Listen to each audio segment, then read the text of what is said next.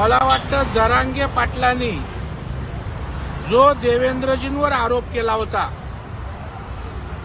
की मुख्यमंत्र्यांना द्यायचं आहे आरक्षण, प्रश्न सोडवायचा आहे, पण देवेंद्र फडणवीस अडथळा आणतायत. मला वाटतं देवेंद्रजींनी भूमिका घेतली आणि जरांगेचं खोटेपण महाराष्ट्राच्या जनतेसमोर उघड झालंय. फडणवीस साहेबांनी मराठा समाजाच्या संरक्षणासाठी, आरक्षणासाठी, प्रश्नांसाठी जाहीर भूमिका घेतली की जर मी अडथळा आहे असं वाटत असेल तर मी राजीनामा देईन.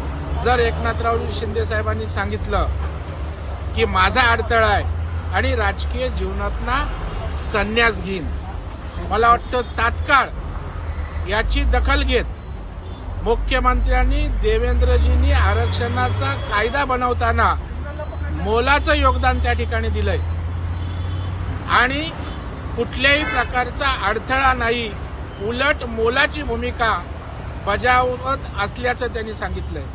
ओएसिस फर्टिलिटीच्या तज्ज्ञांनी IVF उपचार पद्धतीद्वारे 1 लाखांहून अधिक जोडप्यांना मातृत्व प्राप्तीचा आनंद दिला आहे.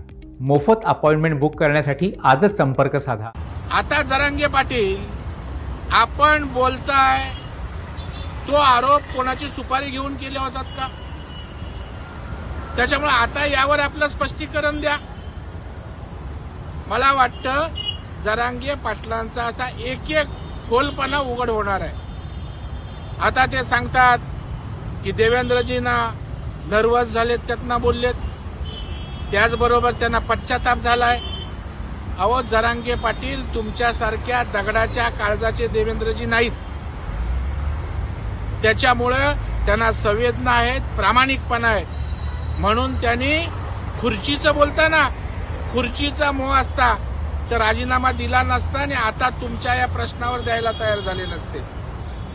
आणि पश्चाताप त्यांना कशाला लावला? अरे ज्यांनी दिलंय आरक्षण, ज्याची द्यायची इच्छा आहे, मराठा समाजासाठी काम करतोय, तो त्या ठिकाणी पश्चाताप करेल कशाला?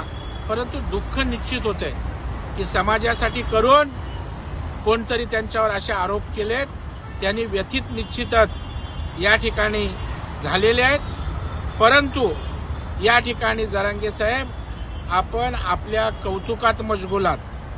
तुम्ही कुणालाच मानायला तयार नाही, वाटेल ते बोलताय, वाटेल ते आरोप करताय. आता आपला भंपकपणा, नौटंकीपणा, फोलपणा रोज उघड होतोय आणि मराठा समाजाच्या मनातना पण आपली उतरण घसरण लागले.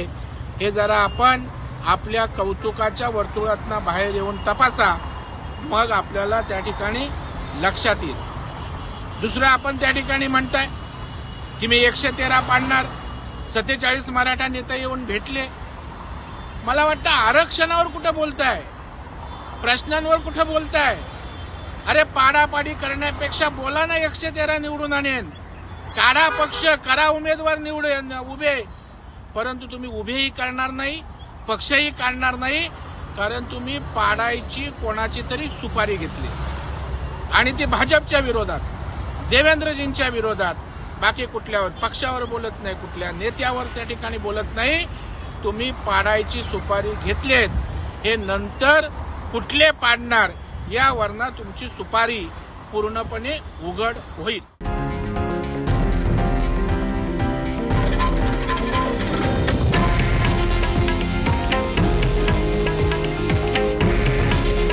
हे आहे देशातील नंबर 1 न्यूज नेटवर्क आणि आपण पाहत आहात TV9 मराठी. काळजी तुमची, हित महाराष्ट्राचं.